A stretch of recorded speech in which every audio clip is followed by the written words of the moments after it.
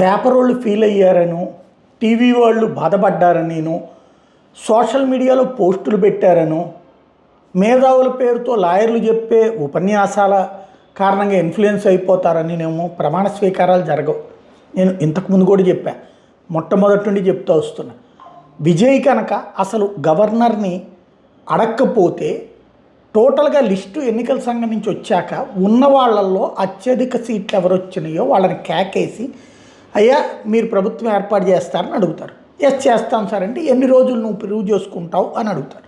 వాళ్ళు అడిగినటువంటి టైం ఇచ్చి ఆ లోపుగా నువ్వు ముందుగా ముఖ్యమంత్రి ప్రమాణం చేసి ఆ తర్వాత నువ్వు ఇన్ని రోజుల్లోపు నీ బల నిరూపణ చేసుకో అని చెప్తారు. ఇది సహజ సిద్ధంగా జరిగే ప్రక్రియ. కానీ విజయ్కి వాళ్ళ నాన్న అత్యుత్సాహం, కాంగ్రెస్తో అర్జెంటుకి కలిసిపోవాలన్నటువంటి అత్యుత్సాహం, వాళ్ళ నాన్నకి కాంగ్రెస్ పిచ్చి ఎక్కువగా ఉంది, అదే రుద్దాడు.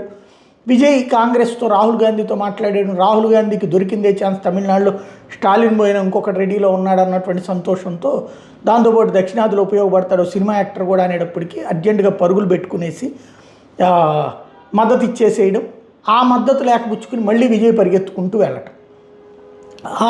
అక్కడ అసలు సమస్య వచ్చి పడింది. సరే, జరిగిన పరిణామాలన్నీ చూసేసాం. ఇప్పుడు ఆ తిట్లు, శాపనార్థాలు, గవర్నరు, యూటర్ను, వెనక్కి ముందుకి అన్నీ అయిపోయాయి. పక్కాగా నీ దగ్గర ఉన్న బలాన్ని తెమ్మన్నాడు. ఎవరు అన్నారని ఎవడు ఫీల్ అయ్యేది లేదు. సుప్రీంకోర్టుకి వెళ్ళిపోయాడు. ఇంకేముంది, కోర్టు చెప్తుంది, ఈ సుత్తంతా అయిపోయింది. ఫైనల్గా వచ్చేటప్పటికి బల నిరూపణ ఇప్పుడు కుదిరింది.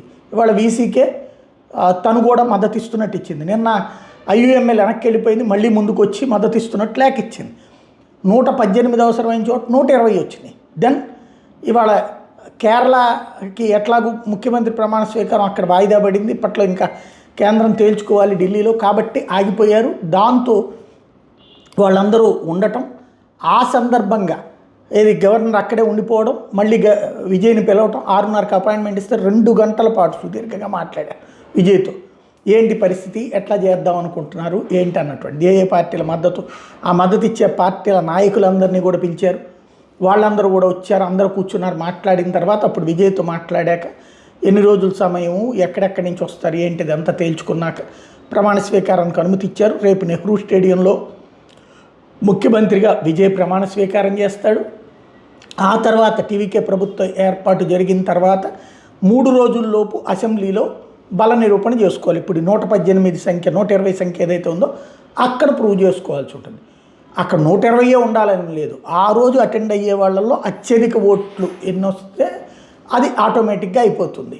ఓవరాల్గా రకరకాల ఇది సృష్టించి ఏదో గవర్నర్ తప్పు చేస్తున్నాడని, కేంద్రం తప్పు చేస్తుందని, అక్కడ కావాలని చేస్తున్నారని ఇట్లాంటి పనికి మాలిన నేరేటివ్ క్రియేటర్లు అందరు ఎదురుగుండా పర్ఫెక్ట్గా అంకె చూపెట్టాడు.